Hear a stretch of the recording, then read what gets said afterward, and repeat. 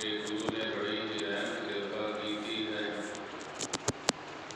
ਤਾਂ ਨੂੰ ਅੰਮ੍ਰਿਤ ਵੇਲੇ ਦੇ ਖੁੱਲ੍ਹੇ ਦਰਸ਼ਨ ਦੀਦਾਰੇ ਬਖਸ਼ੇ ਹਨ। ਆਓ ਅੰਮ੍ਰਿਤ ਵੇਲੇ ਦੀ ਸੰਭਾਲ ਕਰਦੇ ਹੋਏ ਸਾਹਿਬ ਸ੍ਰੀ ਗੁਰੂ ਗ੍ਰੰਥ ਸਾਹਿਬ ਮਹਾਰਾਜ ਜੀ ਦੀ ਪਵਿੱਤਰ ਹਜ਼ੂਰੀ ਦੇ ਅੰਦਰ ਹਾਜ਼ਰੀਆਂ ਭਰਦੇ ਹੋਏ ਮਨ ਬਿਰਤੀਆਂ ਨੂੰ ਇਕਾਗਰ ਕਰਦੇ ਹੋਏ ਧੰਨ ਧੰਨ ਸਾਹਿਬ ਸ੍ਰੀ ਗੁਰੂ ਗ੍ਰੰਥ ਸਾਹਿਬ ਮਹਾਰਾਜ ਜੀ ਦੀ ਪਵਿੱਤਰ ਹਜ਼ੂਰੀ ਦੇ ਅੰਦਰ ਗੁਰੂ ਦੇ ਦਰਸ਼ਨ ਦੀਦਾਰੇ ਕਰਦੇ ਹੋਏ ਗੁਰੂ ਗ੍ਰੰਥ ਸਾਹਿਬ ਮਹਾਰਾਜ ਜੀ ਨੂੰ ਸੀਸ ਝੁਕਾਉਂਦੇ ਹੋਏ ਸਾਰੀ ਸੰਗਤ ਗੱਜ ਕੇ ਫਤਿਹ ਬੁਲਾਉਣਾ ਕਰੀਏ ਜੀ। ਵਾਹਿਗੁਰੂ ਜੀ ਕਾ ਖਾਲਸਾ, ਵਾਹਿਗੁਰੂ ਜੀ ਕੀ ਫਤਿਹ।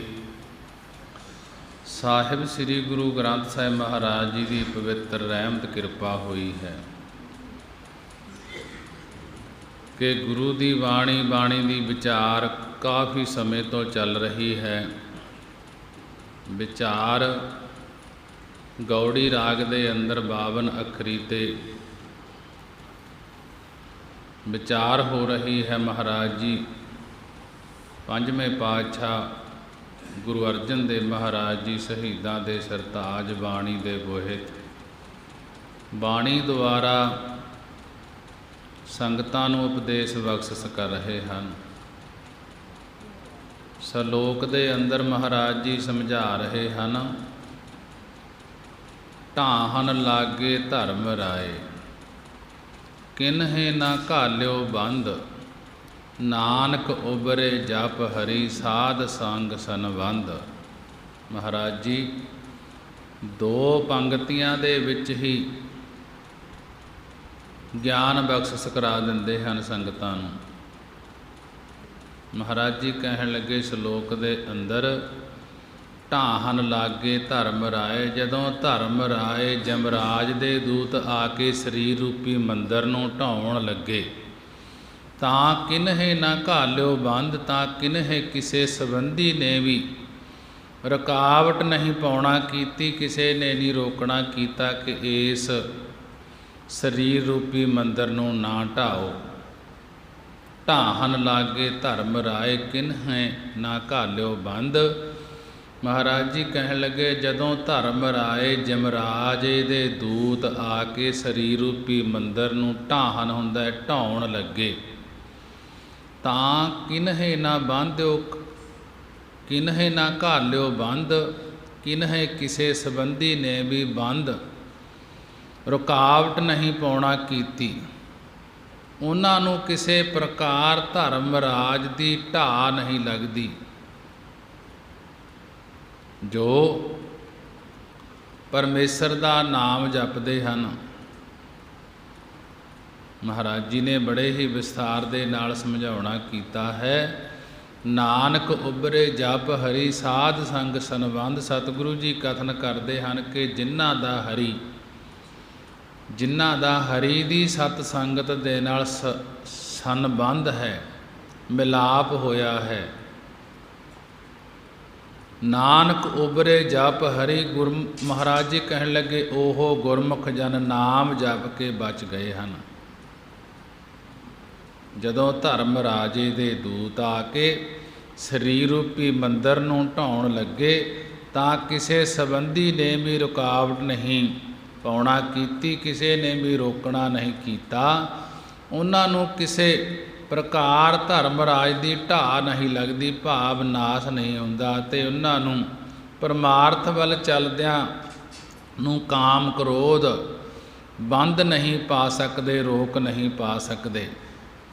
ਨਾਨਕ ਉਬਰੇ ਜਪ ਹਰੀ, ਸਾਧ ਸੰਗ ਸੰਬੰਧ। ਸਤਿਗੁਰੂ ਜੀ ਕਥਨ ਕਰਦੇ ਹਨ ਕਿ ਜਿਨ੍ਹਾਂ ਦਾ ਹਰੀ ਦੀ ਸਤ ਸੰਗਤ ਦੇ ਨਾਲ ਸੰਬੰਧ ਹੈ, ਮਿਲਾਪ ਹੈ, ਉਹ ਗੁਰਮੁਖ ਜਨ ਨਾਮ ਜਪ ਕੇ ਉਬਰੇ ਹਨ, ਬਚ ਗਏ ਹਨ।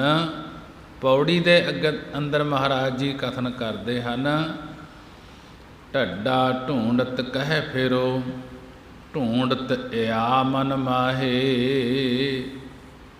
ਢੱਡੇ ਅੱਖਰ ਦੁਆਰਾ ਗੁਰੂ ਅਰਜਨ ਦੇਵ ਜੀ ਮਹਾਰਾਜ ਕਥਨ ਕਰਦੇ ਹਨ ਕਿ ਕਿੱਥੇ ਪਰਮੇਸ਼ਰ ਨੂੰ ਢੂੰਡਦੇ ਫਿਰਦੇ ਹੋ। ਢੱਡਾ ਢੂੰਡਤ ਕਹਿ ਫਿਰੋ। ਮਹਾਰਾਜ ਜੀ ਕਹਿਣ ਲੱਗੇ ਕਿ ਕਿੱਥੇ ਪਰਮੇਸ਼ਰ ਨੂੰ ਢੂੰਡਤ ਹੁੰਦਾ ਹੈ, ਢੂੰਡਦੇ ਫਿਰਦੇ ਹੋ। ਢੂੰਡਤ ਇਆ ਮਨ ਮਾਹੇ, ਕਿ ਇਆ ਇਸ ਮਨ ਦੇ ਵਿੱਚ, ਇਸ ਅੰਤਸਕਰਨ ਦੇ ਵਿੱਚ, ਇਸ ਹਿਰਦੇ ਦੇ ਵਿੱਚ ਖੋਜਣਾ ਕਰੋ, ਲੱਭਣਾ ਕਰੋ। ਪਰਮੇਸ਼ਰ ਇਸ ਸਰੀਰ ਦੇ ਅੰਦਰ, ਹਿਰਦੇ ਦੇ ਵਿੱਚ ਵਸ ਰਿਹਾ ਹੈ ਕਿ ਬਾਹਰ ਜਾਣ ਦੀ ਲੋੜ ਨਹੀਂ। ਢੱਡਾ ਢੂੰਡਤ ਕਹਿ ਫਿਰੋ, ਢੂੰਡਨ ਇਆ ਮਨ ਮਾਹੇ। ਢੱਡੇ ਅੱਖਰ ਦੁਆਰਾ ਮਹਾਰਾਜ ਜੀ ਕਥਨ ਕਰਦੇ ਹਨ ਕਿ ਕਿੱਥੇ ਪਰਮੇਸ਼ਰ ਨੂੰ ਢੂੰਡਦੇ ਫਿਰਦੇ ਹੋ, ਕਿੱਥੇ ਪਰਮੇਸ਼ਰ ਨੂੰ ਭਾਲਦੇ ਫਿਰਦੇ ਹੋ, ਲੱਭਦੇ ਫਿਰਦੇ ਹੋ। ਢੂੰਡਨ ਇਆ ਮਨ ਮਾਹੇ, ਇਆ ਇਸ ਮਨ ਦੇ ਵਿੱਚ ਹੀ ਖੋਜਣਾ ਕਰੋ, ਲੱਭਣਾ ਕਰੋ। ਸੰਗ ਤੁਮਾਰੈ ਪ੍ਰਭ ਵਸੈ। ਮਹਾਰਾਜ ਜੀ ਕਹਿਣ ਲੱਗੇ, ਹਰੀ ਅਕਾਲ ਪੁਰਖ ਭਾਈ ਵਾਹਿਗੁਰੂ ਤੁਹਾਡੇ ਸੰਗ ਵਸੈ, ਵਸਦਾ ਹੈ, ਤੁਹਾਡੇ ਨਾਲ ਵਸਦਾ ਹੈ। ਇਸ ਕਰਕੇ ਬਨ ਬਨ ਕਹਾਂ ਫਿਰਾਹੇ, ਇਸ ਕਰਕੇ ਜੰਗਲਾਂ ਜੰਗਲਾਂ ਵਿੱਚ, ਬਨਾਂ ਬਨਾਂ ਵਿੱਚ,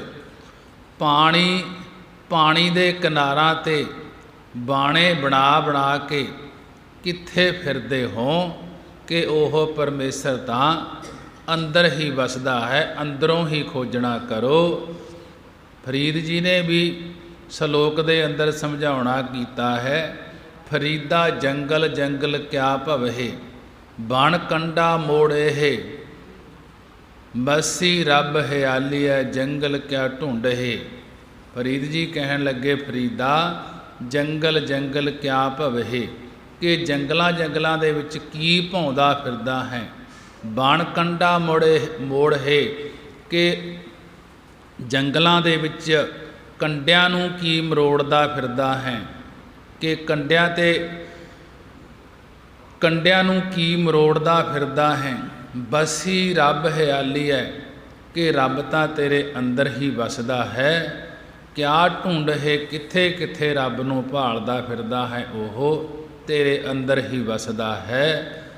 ਢੇਰੀ ਢਾਹੋ ਸਾਧ ਸੰਗ, ਸਾਧ ਸੰਗ ਸ੍ਰੇਸ਼ਟ ਜਨਾਂ ਦੀ ਸੰਗਤ ਦੁਆਰਾ ਨਿਮਰਤਾ ਨੂੰ ਧਾਰਨ ਕਰਕੇ ਢੇਰੀ ਢਾਹੋ, ਹੰਗਤਾ ਦੀ ਢੇਰੀ, ਹੰਗਤਾ ਦੀ ਕੰਧ ਨੂੰ ਢਾਉਣਾ ਕਰੋ। ਕਿਉਂਕਿ ਆਹਾਂ ਬੁੱਧ ਵਿਕਰਾਲ, ਕਿਉਂਕਿ ਆਹਾਂ ਬੁੱਧ ਹੰਗਤਾ ਵਾਲੀ ਬੁੱਧੀ ਇਸ ਜੀਵ ਨੂੰ ਭਿਆਨਕ ਕਰਨ ਵਾਲੀ ਹੈ। ਢੇਰੀ ਢਾਹੋ ਸਾਧ ਸੰਗ, ਆਹਾਂ ਬੁੱਧ ਵਿਕਰਾਲ, ਕਿ ਸਾਧ ਸੰਗਤ ਸ੍ਰੇਸ਼ਟ ਜਨਾਂ ਦੀ ਸੰਗਤ ਦੁਆਰਾ ਨਿਮਰਤਾ ਨੂੰ ਧਾਰਨ ਕਰਕੇ ਹੰਗਤਾ ਦੀ, ਹੰਕਾਰ ਵਾਲੀ ਢੇਰੀ ਨੂੰ ਢਾਉਣਾ ਕਰ। ਹੰਕਾਰ ਵਾਲੀ ਜਿਹੜੀ ਕੰਧ ਹੈ ਉਸ ਨੂੰ ਢਾਉਣਾ ਕਰੋ। ਕਿਉਂਕਿ ਆਹਾਂ ਬੁੱਧ ਵਿਕਰਾਲ, ਜਿਹੜੀ ਆਹਾਂ ਬੁੱਧ ਹੰਗਤਾ ਵਾਲੀ ਬੁੱਧੀ ਹੈ, ਇਹ ਜੀਵ ਨੂੰ ਵਿਕਰਾਲ ਭਿਆਨਕ ਕਰਨ ਵਾਲੀ ਹੈ। ਜਦੋਂ ਇਸ ਦੀ ਬੁੱਧੀ ਹੰਕਾਰ ਦੇ ਸਹਿਤ ਹੁੰਦੀ ਹੈ, ਹੰਕਾਰ ਦੇ ਵਿੱਚ ਜਦੋਂ ਕੋਈ ਬੁਰਾ ਕਰਮ ਕਰ ਬੈਠਦਾ ਹੈ ਤਾਂ ਇਸ ਨੂੰ ਬੰਨ੍ਹਿਆ ਜਾਂਦਾ ਹੈ। ਫਿਰ ਇਹ ਜਿਹੜੀ ਇਹਦੀ ਹਾਲਤ ਹੈ ਭਿਆਨਕ ਹੋ ਜਾਂਦੀ ਹੈ। ਸੁਖ ਪਾਵੋ ਸਹਿਜੇ ਬਸੋ, ਦਰਸ਼ਨ ਦੇਖ ਨਿਹਾਲ। ਗੁਰੂ ਅਰਜਨ ਦੇਵ ਮਹਾਰਾਜ ਜੀ ਸਮਝਾ ਰਹੇ ਹਨ ਕਿ ਸ਼ਾਂਤੀ ਅਵਸਥਾ ਵਿੱਚ, ਟਿਕਾ ਵਾਲੀ ਅਵਸਥਾ ਵਿੱਚ ਵਸ ਕੇ ਆਤਮ ਸੁਖ ਪਾਵੋਗੇ। ਜੇ ਹੰਗਤਾ ਵਾਲੀ ਬੁੱਧੀ ਦੇ ਵਿੱਚ ਨਾ ਚੱਲੋਗੇ ਤੇ ਸ਼ਾਂਤੀ ਅਵਸਥਾ ਵਿੱਚ ਵਸ ਕੇ ਆਤਮਿਕ ਸੁਖ ਪਾਵੋਗੇ, ਭਾਵ ਸੁਭਾਵਕ ਹੀ ਪਰਮੇਸ਼ਰ ਵਿੱਚ ਵਸੋਗੇ। ਅਤੇ ਦਰਸ਼ਨ ਦੇਖ ਨਿਹਾਲ, ਦਰਸ਼ਨ ਦੀਦਾਰੇ ਵੇਖ ਕੇ ਨਿਹਾਲ ਹੋ ਜਾਓਗੇ, ਆਨੰਦਿਤ ਹੋ ਜਾਓਗੇ। ਢੇਰੀ ਜਾਂ ਮੈਂ ਜਮ ਪਰੈ, ਗਰਭ ਜੋਨ ਦੁਖ ਪਾਏ। ਢੇਰੀ ਜਾਂ ਮੈਂ ਜਮ ਪਰੈ, ਗਰਭ ਜੋਨ ਦੁਖ ਪਾਏ। ਜਿਸ ਜੀਵ ਦੇ ਹਿਰਦੇ ਵਿੱਚ ਹੰਗਤਾ ਰੂਪੀ ਢੇਰੀ ਜੰਮੀ ਹੋਈ ਹੈ, ਢੇਰੀ ਜਾਂ ਮੈਂ ਜਮ ਮਰੈ, ਕਿ ਜਿਸ ਜੀਵ ਦੇ ਹਿਰਦੇ ਵਿੱਚ ਹੰਗਤਾ ਰੂਪੀ ਢੇਰੀ, ਹੰਗਤਾ ਰੂਪੀ ਥੇ ਬਣੀ ਹੋਈ ਹੈ, ਉਹ ਜੰਮਦਾ ਮਰਦਾ ਹੈ ਅਤੇ ਗਰਭ ਜੋਨ ਦੁੱਖ ਪਾਏ, ਅਤੇ ਮਾਤਾ ਦੇ ਗਰਭ ਮਾਤਾ ਦੇ ਪੇਟ ਵਿੱਚ ਪੈ ਕੇ ਜੂਨਾਂ 'ਚ ਆ ਕੇ ਦੁੱਖ ਕਸ਼ਟ ਪਾਉਂਦਾ ਹੈ। ਮੋਹ ਮਗਨ ਲਪਟਤ ਰਹੈ, ਹਉ ਹਉ ਆਵੈ ਜਾਏ। ਜਦ ਤੱਕ ਮੋਹ ਵਿੱਚ ਮਗਨ ਮਸਤ ਹੋ ਕੇ ਵਿਸ਼ਿਆਂ ਵਿੱਚ ਲੰਪਟ ਹੁੰਦਾ ਹੈ, ਫਸਿਆ ਰਹਿੰਦਾ ਹੈ। ਮੋਹ ਮਗਨ ਲੰਪਟ ਰਹੈ ਕਿ ਜਦ ਤੱਕ ਮੋਹ ਮੂਰਛਾ ਵਿੱਚ ਮਗਨ ਮਸਤ ਹੋ ਕੇ ਵਿਸ਼ਿਆਂ ਵਿੱਚ ਲਾਪਟਤ ਰਹਿੰਦਾ ਹੈ, ਲਪਟਿਆ ਰਹਿੰਦਾ ਹੈ, ਫਸਿਆ ਰਹਿੰਦਾ ਹੈ, ਤਦ ਤੱਕ ਇਹ ਜੀਵ ਹਉ ਹਉ ਆਵੈ ਜਾਏ, ਹਉ ਹਉ ਮੈਂ ਕਰਦਾ ਹੈ, ਜਨਮ ਧਾਰ ਕੇ ਆਉਂਦਾ ਹੈ ਤੇ ਮਰ ਕੇ ਜਾਂਦਾ ਰਹਿੰਦਾ ਹੈ। ਜਨਮ ਮਰਨ ਦਾ ਗੇੜ ਬਣਿਆ ਰਹਿੰਦਾ ਹੈ। ਢਹਿਤ ਢਹਿਤ ਅਬ ਢਹਿ ਪਰੇ, ਸਾਧ ਜਨਾ ਸਰਨਾਏ। ਢਹਿਤ ਢਹਿਤ ਅਬ ਢਹਿ ਪਰੇ, ਸਾਧ ਜਨਾ ਸਰਨਾਏ।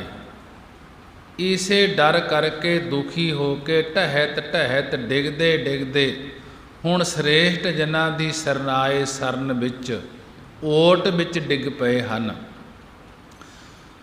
ਜਿਸ ਵੇਲੇ ਸਾਧ ਜਨਾਂ ਦੀ ਸਰਨਾਏ, ਸਾਧ ਜਨਾਂ ਦੀ ਸਰਨ ਵਿੱਚ ਓਟ ਵਿੱਚ ਡਿੱਗ ਪਏ, ਤਾਂ ਢਾਉਣ ਵਾਲੇ ਕਾਮ ਕ੍ਰੋਧ ਉਹ ਵੀ ਢਹਿ ਗਏ।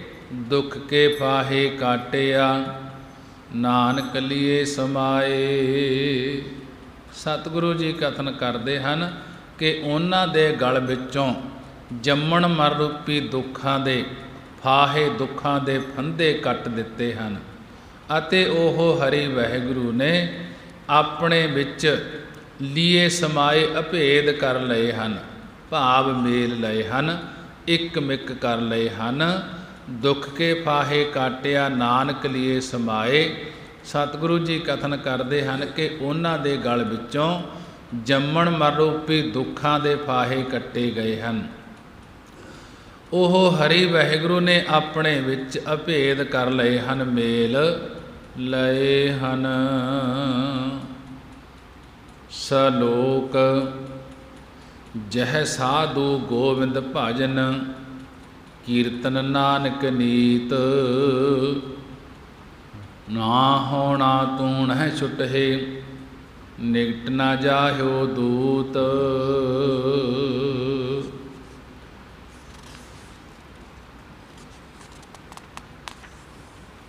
ਗੁਰੂ ਅਰਜਨ ਦੇਵ ਮਹਾਰਾਜ ਜੀ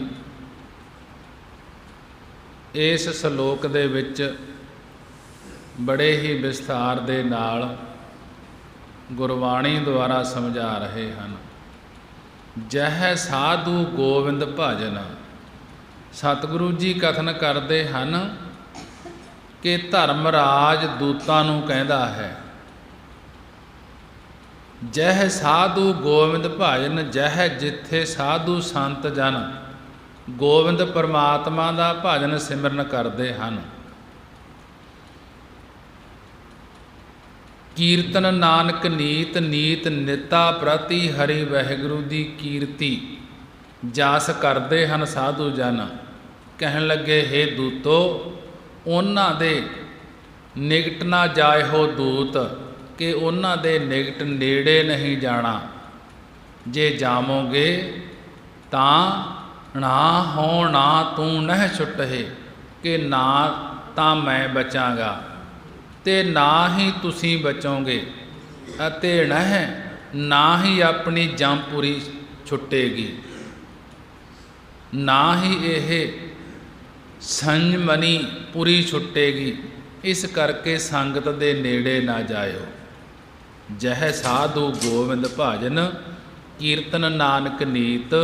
ਨਾ ਹੋਣਾ ਤੂੰ ਨਹਿ ਛੁਟਹਿ, ਨਿਕਟ ਨਾ ਜਾਇਓ ਦੂਤ। ਸਤਿਗੁਰੂ ਗੁਰੂ ਅਰਜਨ ਦੇਵ ਮਹਾਰਾਜ ਜੀ ਸਮਝਾ ਰਹੇ ਹਨ ਕਿ ਧਰਮਰਾਜ ਦੂਤਾਂ ਨੂੰ ਕਹਿੰਦਾ ਹੈ, ਆਪਣਿਆਂ ਨੂੰ, ਕਿ ਜਿੱਥੇ ਸੰਤ ਜਨ ਗੋਬਿੰਦ ਪਰਮੇਸ਼ਰ ਪਰਮਾਤਮਾ ਦਾ ਭਜਨ ਸਿਮਰਨ ਕਰਦੇ ਹੋਣ, ਅਤੇ ਨਿਤਾ ਪ੍ਰਤੀ ਹਰੀ ਵਾਹਿਗੁਰੂ ਦਾ ਕੀਰਤਨ ਜਸ ਕਰਦੇ ਹੋਣ, ਹੇ ਦੂਤੋ ਉਹਨਾਂ ਦੇ ਨਿਕਟ ਨੇੜੇ ਨਾ ਜਾਇਓ, ਨੇੜੇ ਨਾ ਜਾਣਾ ਕਰਿਓ। ਜੇ ਜਾਓਗੇ ਤਾਂ ਨਾ ਤੁਸੀਂ ਬਚੋਗੇ, ਨਾ ਹੀ ਮੈਂ ਬਚਾਂਗਾ, ਅਤੇ ਨਾ ਹੀ ਆਪਣੀ ਜੰਪੁਰੀ ਛੁੱਟੇਗੀ। ਸਤ ਸੰਗਤ ਦੇ ਵਿੱਚ ਕੀਰਤਨ ਕਥਾ ਦਾ ਐਸਾ ਪ੍ਰਤਾਪ ਹੈ ਕਿ ਜਮਦੂਤ ਵੀ ਨੇੜੇ ਨਹੀਂ ਆਉਂਦੇ ਸਤ ਸੰਗਤ ਦੇ ਵਿੱਚ। ਇਸ ਪ੍ਰਥਾਏ ਇੱਕ ਸਾਖੀ ਹੈ ਕਿ ਭਾਈ ਪੁਰਾਣਾ ਜੀ ਗੁਰੂ ਨਾਨਕ ਦੇਵ ਜੀ ਦੇ ਅਨੰਤ ਸਿੱਖਾਂ ਵਿੱਚੋਂ ਇੱਕ ਭਾਈ ਪੁਰਾਣਾ ਨਾਮ ਦਾ ਸਿੱਖ ਹੋਇਆ ਗੁਰੂ ਨਾਨਕ ਦੇਵ ਮਹਾਰਾਜ ਜੀ ਦੇ ਸਮੇਂ। ਇਹ ਇੱਕ ਇਹੋ ਜਿਹਾ ਨਾਮ ਦਾ ਸਿੱਖ ਗੁਰੂ ਅਰਜਨ ਦੇਵ ਜੀ ਦੇ ਸਮੇਂ ਵੀ ਹੋਇਆ ਹੈ, ਭਾਈ ਪੁਰਾਣਾ ਦੇ ਨਾਮ 'ਤੇ। ਇੱਥੇ ਸਾਖੀ ਗੁਰੂ ਨਾਨਕ ਦੇਵ ਜੀ ਦੇ ਸਿੱਖ ਭਾਈ ਪੁਰਾਣੇ ਦੀ ਹੈ। ਇਹ ਸਿੱਖ ਗੁਰੂ ਨਾਨਕ ਦੇਵ ਜੀ ਦੇ ਮਿਲਾਪ ਤੋਂ ਪਹਿਲਾਂ ਇੱਕ ਰੱਜਿਆ ਪੁੱਜਿਆ ਸ਼ਾਹੂਕਾਰ ਸੀ, ਹਰ ਵੇਲੇ ਮਾਇਆ ਦੀ ਦੌੜ ਵਿੱਚ ਲੱਗਿਆ ਰਹਿੰਦਾ ਸੀ। ਅਚਾਨਕ ਕਰਮ ਜਾਗੇ ਭਾਈ ਪੁਰਾਣਾ ਜੀ ਦੇ। ਗੁਰੂ ਨਾਨਕ ਦੇਵ ਮਹਾਰਾਜ ਜੀ ਦੇ ਦਰਸ਼ਨ ਕਰਕੇ ਮਾਇਆ ਦਾ ਪਰਦਾ ਦੂਰ ਹੋ ਗਿਆ ਅਤੇ ਬਚਨ ਸੁਣ ਕੇ ਪਰਲੋਕ ਦਾ ਭੈ ਪ੍ਰਤੀਤ ਹੋਣ ਲੱਗ ਗਿਆ। ਉਸ ਲੋਕ ਦਾ ਡਰ ਲੱਗਣ ਲੱਗ ਪਿਆ। ਗੁਰੂ ਜੀ ਦੇ ਚਰਨ ਪਕੜ ਕੇ ਭਾਈ ਪੁਰਾਣਾ ਜੀ ਨੇ ਬੇਨਤੀ ਕੀਤੀ ਕਿ ਮਹਾਰਾਜ ਮੈਨੂੰ ਪਰਲੋਕ ਤੋਂ ਬਹੁਤ ਡਰ ਲੱਗਦਾ ਹੈ, ਮੇਰਾ ਭਲਾ ਕਿਵੇਂ ਹੋਵੇਗਾ? ਤਾਂ ਸਤਿਗੁਰੂ ਗੁਰੂ ਨਾਨਕ ਦੇਵ ਮਹਾਰਾਜ ਜੀ ਨੇ ਕਿਹਾ, ਜਿਹੜੀ ਮਾਇਆ ਪਾਪਾਂ ਨਾਲ ਇਕੱਠੀ ਕੀਤੀ ਹੈ ਸਭ ਗਰੀਬਾਂ ਨੂੰ ਲੁਟਾ ਦੇ। ਤੇਰੀ ਧਰਮ ਕਿਰਤ ਮਾਇਆ ਦੇ ਅਸੀਂ ਜਾਮਨ ਹੋਵਾਂਗੇ, ਜਿਹੜੀ ਤੇਰੀ ਧਰਮ ਦੀ ਕਮਾਈ ਹੈ ਉਹ ਤੇਰੇ ਕੋਲੇ ਰਹੇਗੀ। ਗੁਰੂ ਜੀ ਦਾ ਬਚਨ ਮੰਨ ਕੇ ਭਾਈ ਪੁਰਾਣਾ ਜੀ ਨੇ ਸਾਰੀ ਦੌਲਤ ਗਰੀਬਾਂ ਨੂੰ ਦੇ ਦਿੱਤੀ। ਪਿੱਛੇ ਪਰਿਵਾਰ ਨਾਰਾਜ਼ ਹੋ ਕੇ ਇਸ ਦਾ ਸਾਥ ਛੱਡ ਗਿਆ ਭਾਈ ਪੁਰਾਣਾ ਜੀ ਦਾ। ਗੁਰੂ ਜੀ ਇਸ ਨੂੰ ਪਰਮ ਪਦਵੀ ਦੇ ਕੇ ਅੱਗੇ ਚਲੇ ਗਏ। ਗੁਰੂ ਜੀ ਦੇ ਹੁਕਮ ਅਨੁਸਾਰ ਧਰਮ ਕਿਰਤ ਕਰਨੀ, ਵੰਡ ਛਕਣਾ, ਹਰ ਸਮੇਂ ਜਾਪ ਕਰਦੇ ਰਹਿਣਾ, ਇਹ ਭਾਈ ਪੁਰਾਣਾ ਜੀ ਦਾ ਨਿਯਮ ਪੱਕਾ ਹੋ ਗਿਆ। ਥੋੜ੍ਹੇ ਸਮੇਂ ਵਿੱਚ ਆਤਮਿਕ ਆਨੰਦ ਆਉਣ ਲੱਗ ਪਿਆ। ਕਮਾਈ ਕਰਦਿਆਂ ਕਰਦਿਆਂ ਇਸ ਨੇ ਇੱਕ ਨਿਯਮ ਬਣਾਇਆ ਕਿ ਕਿਰਤ ਦੇ ਨਾਲ ਨਾਲ ਪਰਮੇਸ਼ਰ ਦੀ ਸਿਫਤ ਸੁਣਨੀ ਜਾਂ ਕਰਨੀ ਜ਼ਰੂਰੀ ਹੈ। ਇਸ ਲਈ ਇਹ ਜਿੱਥੇ ਵੀ ਕਿਰਤ ਕਰਨ ਲਈ ਜਾਂਦਾ ਉੱਥੇ ਜਾ ਕੇ ਉਸ ਪਰਮੇਸ਼ਰ ਦੀ ਸਿਫਤ ਕਰਦਾ ਜਾਂ ਸਿਫਤ ਸੁਣਦਾ। ਇੱਕ ਸਰਕਾਰੀ ਮਾਮਲਾ ਉਗਰਾਉਣ ਵਾਲਾ ਕਰਮਚਾਰੀ ਮਾਮਲਾ ਉਗਰਾ ਰਿਹਾ ਸੀ ਤੇ ਉਸ ਕਰਮਚਾਰੀ ਨੂੰ ਪਿੱਛੋਂ ਪਰਿਵਾਰ ਦੀ ਚਿੱਠੀ ਆਈ ਕਿ ਜਲਦੀ ਘਰੇ ਆ ਜਾਓ। ਚਿੱਠੀ ਮਿਲੀ ਤਾਂ ਰਾਤ ਦਾ ਸਮਾਂ ਸੀ। ਇਸ ਕਰਮਚਾਰੀ ਨੇ ਪਿੰਡ ਦੇ ਚੌਧਰੀ ਨੂੰ ਬੁਲਾਇਆ ਅਤੇ ਇੱਕ ਮਜ਼ਦੂਰ ਦੀ ਮੰਗ ਕੀਤੀ ਕਿ ਮੈਂ ਪਿੰਡ ਜਾਣਾ ਹੈ, ਰਾਤ ਦਾ ਸਮਾਂ ਹੈ, ਮੈਨੂੰ ਇੱਕ ਮਜ਼ਦੂਰ ਦਿਓ। ਤਾਂ ਚੌਧਰੀ ਨੇ ਕਿਹਾ ਕਿ ਇਸ ਸਮੇਂ ਕਿਸੇ ਮਜ਼ਦੂਰ ਨੇ ਜਾਣਾ ਨਹੀਂ, ਜਾਣ ਲਈ ਸਹਿਮਤ ਨਹੀਂ ਹੋਣਾ, ਕਿਉਂਕਿ 14 ਕੋਹਾਂ 'ਤੇ ਤੇਰਾ ਨਗਰ ਹੈ ਅਤੇ ਵਿਚਕਾਰ ਦਰਿਆ ਆਉਂਦਾ ਹੈ। ਪਰ ਇੱਕ ਗੁਰੂ ਨਾਨਕ ਦੇਵ ਜੀ ਦਾ ਸਿੱਖ ਹੈ ਭਾਈ ਪੁਰਾਣਾ, ਉਸ ਨੂੰ ਪੁੱਛ ਲੈਂਦੇ ਹਾਂ। ਚੌਧਰੀ ਭਾਈ ਪੁਰਾਣੇ ਕੋਲ ਆਇਆ ਅਤੇ ਸਰਕਾਰੀ ਕਰਮਚਾਰੀ ਦੀ ਮੁਸ਼ਕਲ ਦੱਸੀ ਕਿ ਸਰਕਾਰੀ ਕਰਮਚਾਰੀ ਆਇਆ ਸੀ, ਉਸ ਨੂੰ ਪਿੱਛੋਂ ਚਿੱਠੀ ਆਈ ਹੈ, ਉਸ ਦੇ ਨਾਲ ਜਾਣਾ ਹੈ, ਤੈਨੂੰ ਮਜ਼ਦੂਰੀ ਮਿਲੇਗੀ, ਉਸ ਦੇ ਨਾਲ ਜਾ ਕੇ ਉਸ ਨੂੰ ਛੱਡ ਆ। ਭਾਈ ਪੁਰਾਣੇ ਨੇ ਕਿਹਾ ਕਿ ਮੈਂ ਰਾਤ ਨੂੰ ਮਜ਼ਦੂਰੀ ਕਰਨ ਦੀ ਮੈਨੂੰ ਕੋਈ ਲੋੜ ਨਹੀਂ, ਪਰ ਇਸ ਜੀਵ ਦੇ ਭਲੇ ਲਈ ਮੈਂ ਜਾਣ ਲਈ ਤਿਆਰ ਹਾਂ ਜੇ ਇਸ ਨੂੰ ਕੋਈ ਜ਼ਰੂਰੀ ਕੰਮ ਹੈ। ਜੋ ਕਰਮਚਾਰੀ ਸੀ, ਕਰਮਚਾਰੀ ਦਾ ਭਾਰ ਚੁੱਕਿਆ ਭਾਈ ਪੁਰਾਣਾ ਜੀ ਨੇ ਨਾਲ ਜਾਣ ਵਾਸਤੇ। ਜਦੋਂ 2 ਕੋਹਾਂ 'ਤੇ ਪਹੁੰਚਿਆ ਤਾਂ ਸਿੱਖ ਨੂੰ ਆਪਣਾ ਨਿਯਮ ਯਾਦ ਆਇਆ। ਨਿਯਮ ਯਾਦ ਆਇਆ ਕਿ ਪਰਮੇਸ਼ਰ ਦੀ ਸਿਫਤ ਸਲਾਹ ਵੀ ਕਰਨੀ ਸੀ, ਨਾਮ ਵੀ ਜਪਣਾ ਸੀ। ਤਾਂ ਪਛਤਾਪ ਕਰਨ ਲੱਗਿਆ, ਕਹਿਣ ਲੱਗਿਆ ਆਪ ਦੇ ਆਪ ਨੂੰ ਕਿ ਤਰਕਾਰ ਐਸੀ ਕਿਰਤ ਨੂੰ ਜਿਸ ਨੇ ਪਰਮਾਤਮਾ ਭੁਲਾ ਦਿੱਤਾ ਹੈ। ਉਸ ਦਾ ਸਮਾਨ ਧਰਤੀ 'ਤੇ ਰੱਖ ਕੇ ਕਹਿਣ ਲੱਗਿਆ ਕਿ ਮੈਨੂੰ ਐਸੀ ਕਿਰਤ ਦੀ ਲੋੜ ਨਹੀਂ। ਉਸ ਕਰਮਚਾਰੀ ਨੇ, ਮੁਨਸ਼ੀ ਨੇ ਕਿਹਾ ਕਿ ਮਜ਼ਦੂਰੀ ਵੱਧ ਦੇ ਦੇਵਾਂਗਾ, ਪਰ ਤੂੰ ਮੇਰਾ ਸਮਾਨ ਚੁੱਕ। ਭਾਈ ਸਾਹਿਬ, ਭਾਈ ਪੁਰਾਣਾ ਜੀ ਕਹਿਣ ਲੱਗੇ ਕਿ ਮਜ਼ਦੂਰੀ ਦੀ ਬਾਤ ਨਹੀਂ, ਵੱਧ ਘੱਟ ਮਜ਼ਦੂਰੀ ਦੀ ਗੱਲ ਨਹੀਂ। ਮੇਰਾ ਮਜ਼ਦੂਰੀ ਕਰਨ ਵੇਲੇ ਨਿਯਮ ਹੈ ਕਿ ਮੇਰਾ ਮਜ਼ਦੂਰੀ ਕਰਨ ਵੇਲੇ ਨਿਯਮ ਹੈ ਕਿ ਰੱਬ ਦੀ ਕੀਰਤੀ ਆਪ ਸੁਣਨੀ ਜਾਂ ਕਿਸੇ ਨੂੰ ਸੁਣਾਉਣੀ। ਮਜ਼ਦੂਰੀ ਵੀ ਮੈਂ ਕਰਦਾ ਹਾਂ ਕਿ ਉਸ ਦੀ ਸਿਫਤ ਸਲਾਹ ਵੀ ਸੁਣਦਾ ਹਾਂ ਜਾਂ ਸੁਣਾਉਂਦਾ ਹਾਂ, ਜਾਂ ਕਿਸੇ ਨੂੰ ਸੁਣਾਉਣੀ। ਉਸ ਮੁਨਸ਼ੀ ਨੇ ਕਿਹਾ ਕਿ ਮੈਂ ਸਿਫਤ ਕਰਨੀ ਜਾਣਦਾ ਤਾਂ ਨਹੀਂ, ਪਰ ਸੁਣ ਜ਼ਰੂਰ ਲਵਾਂਗਾ। ਇਉਂ ਪਰਮਾਤਮਾ ਦੀ ਸਿਫਤ ਕਰਦੇ ਘਰ ਪਹੁੰਚੇ ਭਾਈ ਪੁਰਾਣਾ ਜੀ ਤੇ ਉਹ ਸਰਕਾਰੀ ਕਰਮਚਾਰੀ ਮੁਨਸ਼ੀ। ਘਰ ਪਹੁੰਚੇ, ਆਰਾਮ ਲਈ ਆਸਣ ਦਿੱਤਾ। ਉਸ ਮੁਨਸ਼ੀ ਨੇ ਸਿੱਖ ਅੰਮ੍ਰਿਤ ਵੇਲੇ ਉੱਠ ਕੇ ਪਰਮਾਤਮਾ ਦੀ ਬੰਦਗੀ ਵਿੱਚ ਲੱਗਿਆ। ਵਾਪਸ ਮੁੜਨ ਵੇਲੇ ਉਸ ਮੁਨਸ਼ੀ ਨੇ 4 ਪੈਸੇ ਮਜ਼ਦੂਰੀ ਦੇ ਕੇ ਵਿਦਾ ਕੀਤਾ ਭਾਈ ਪੁਰਾਣਾ ਜੀ ਨੂੰ। ਤਾਂ ਭਾਈ ਪੁਰਾਣਾ ਉੱਥੋਂ ਚੱਲ ਕੇ ਥੋੜ੍ਹੀ ਦੂਰ ਪਰਤਿਆ, ਵਾਪਸ ਆਇਆ ਤੇ ਚੇਤਾ ਆਇਆ ਕਿ ਇਸ ਦਾ ਭਲਾ ਕਰ ਚੱਲੀਏ। ਚੱਲਦੇ ਚੱਲਦੇ ਵਾਪਸ ਆ ਕੇ ਉਸ ਨੂੰ ਪੁੱਛਿਆ, ਮੁਨਸ਼ੀ ਨੂੰ, ਕਿ ਤੇਰੀ ਉਮਰ ਕਿਤਨੀ ਹੈ। ਉਸ ਮੁਨਸ਼ੀ ਨੇ ਹੈਰਾਨ ਹੋ ਕੇ ਦੱਸਿਆ ਕਿ ਉਮਰ ਤਾਂ ਮੇਰੀ 60 ਵਰ੍ਹਿਆਂ ਦੀ ਹੈ, ਪਰ ਮੇਰੀ ਉਮਰ ਪੁੱਛਣ ਦੀ ਤੈਨੂੰ ਕੀ ਲੋੜ ਪਏਗੀ। ਭਾਈ ਪੁਰਾਣਾ ਜੀ ਨੂੰ ਮੁਨਸ਼ੀ ਨੇ ਪੁੱਛਿਆ ਕਿ ਮੇਰੀ ਉਮਰ ਪੁੱਛਣ ਦੀ ਤੈਨੂੰ ਕੀ ਲੋੜ ਪਏਗੀ।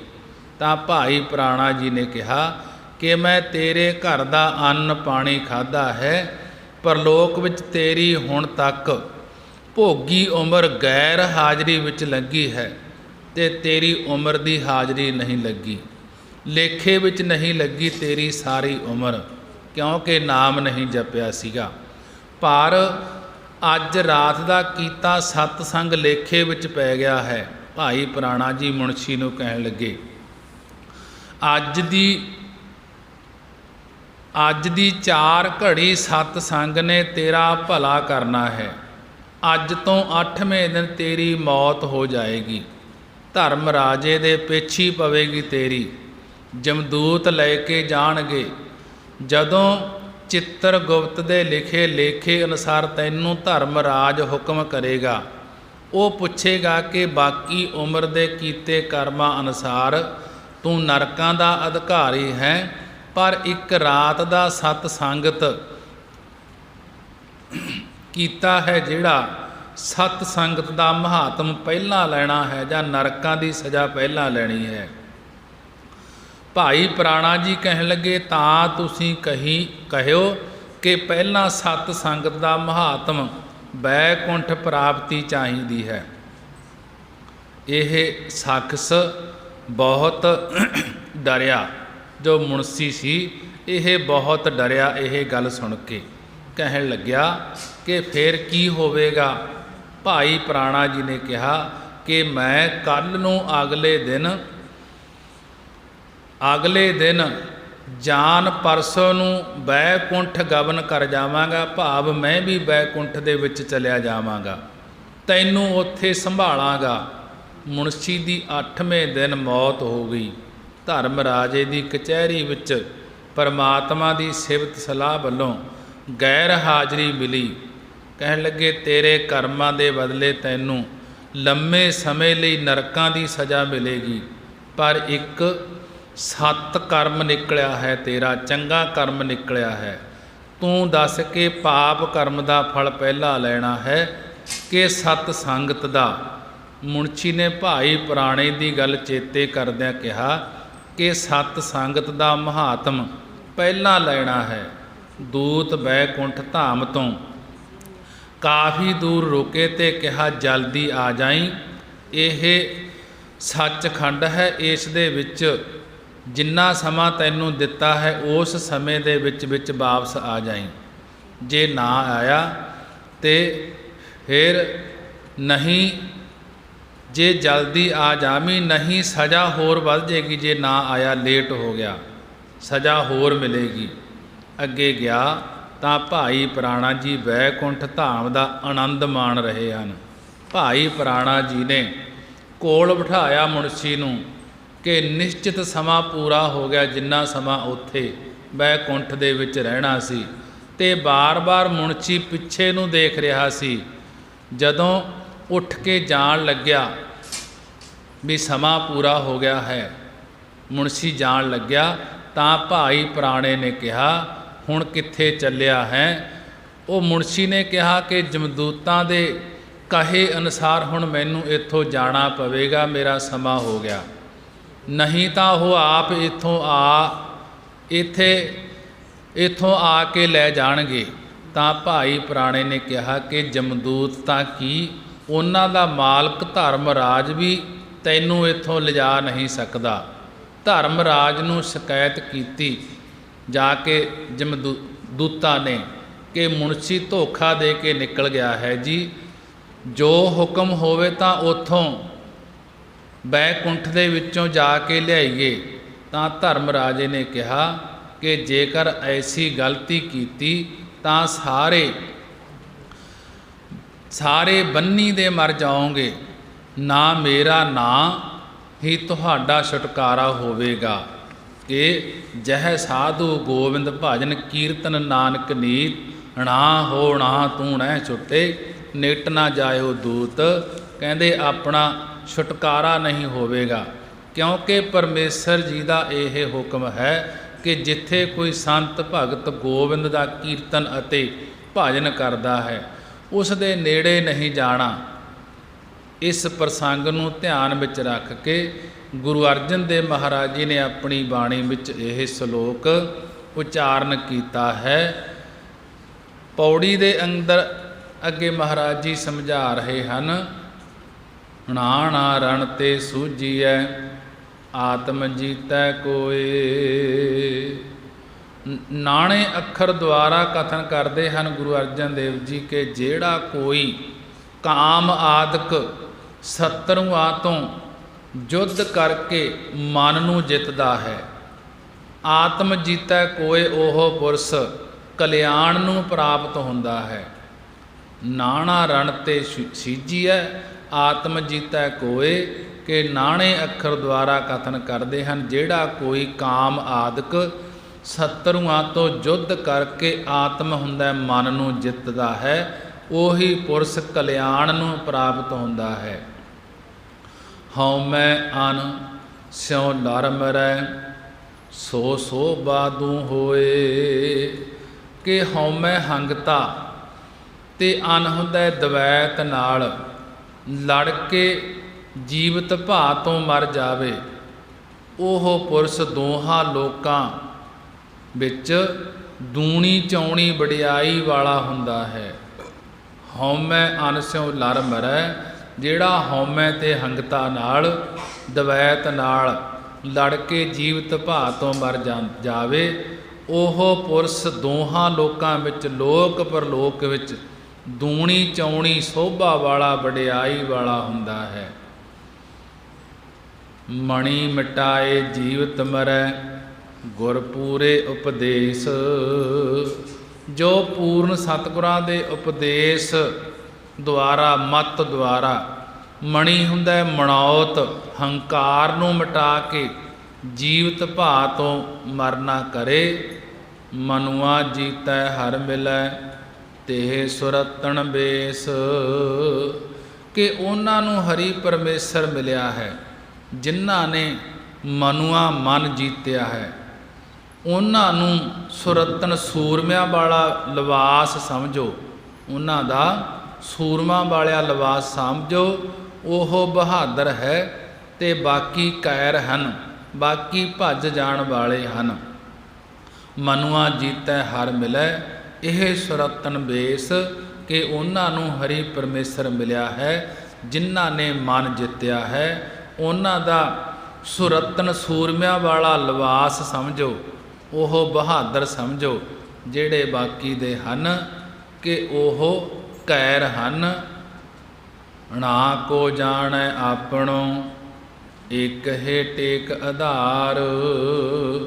ਕਿ ਸੰਸਾਰ ਅੰਦਰ ਨਾ ਕੋਈ ਆਪਣਾ ਜਾਣੋ ਭਾਵ ਸਮਝੋ, ਇੱਕ ਹਰੀ ਪਰਮੇਸ਼ਰ ਤੇ ਸਰੀਰ ਕਰਕੇ ਓਟ ਰੱਖੋ, ਮਨ ਕਰਕੇ ਵੀ ਇੱਕ ਵਾਹਿਗੁਰੂ ਦਾ ਆਸਰਾ ਆਧਾਰ ਰੱਖੋ।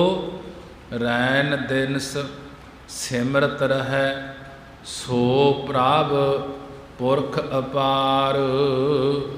ਜੋ ਰੈਣ ਰਾਤ ਦਿਨ ਪਰਮੇਸ਼ਰ ਦਾ ਨਾਮ ਸਿਮਰਦਾ ਰਹਿੰਦਾ ਹੈ, ਉਹ ਪਾਰਾਵਾਰ ਤੋਂ ਰਹਿਤ ਪਰਮੇਸ਼ਰ ਦਾ ਰੂਪ ਹੋ ਜਾਂਦਾ ਹੈ। ਰੈਣ ਸਗਲ ਇਆ ਮਨ ਕਰੈ ਏਉ ਕਰਮ ਕਮਾਏ। ਕਿ ਇਸ ਮਨ ਨੂੰ, ਇਸ ਅੰਤਸਕਰਨ ਨੂੰ ਸਭ ਦੇ ਚਰਨਾਂ ਦੀ ਧੂੜ ਬਣਾਉਣਾ ਕਰੋ। ਰੇਨ ਸਗਲ ਇਆ ਮਨ ਕਰੋ ਏਉ ਕਰਮ ਕਮਾਏ। ਕਿ ਏਉ ਇਹੋ ਹੀ ਸ੍ਰੇਸ਼ਟ ਕਰਮਾਂ ਦਾ ਕਮਾਉਣਾ ਹੈ। ਆਪਣੇ ਮਨ ਨੂੰ, ਸਗਲ ਹੁੰਦਾ ਸਾਰਿਆਂ ਦੇ ਚਰਨਾਂ ਦੀ ਧੂੜ ਬਣਾਉਣਾ ਕਰੋ। ਹੁਕਮੈ ਬੂਝੈ ਸਦਾ ਸੁਖ ਨਾਨਕ ਲਿਖਿਆ ਪਾਏ। ਸਤਿਗੁਰੂ ਜੀ ਕਥਨ ਕਰਦੇ ਹਨ ਕਿ ਵਾਹਿਗੁਰੂ ਦੇ ਹੁਕਮਾਂ, ਵਾਹਿਗੁਰੂ ਦੇ ਹੁਕਮ ਆਦੇਸ਼ ਨੂੰ ਗੁਰਾਂ ਦੁਆਰਾ ਸਮਝਣ ਨਾਲ ਹਮੇਸ਼ਾ ਸੁੱਖਾਂ ਦੀ ਪ੍ਰਾਪਤੀ ਹੁੰਦੀ ਹੈ।